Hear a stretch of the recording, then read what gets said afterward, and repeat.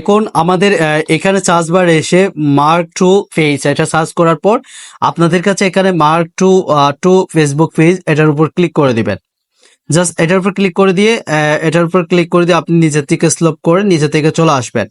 আসার পর এখানে আপনি দেখতে পেয়েছেন business Facebook dot page mark, এটার উপর ক্লিক করে দিবেন।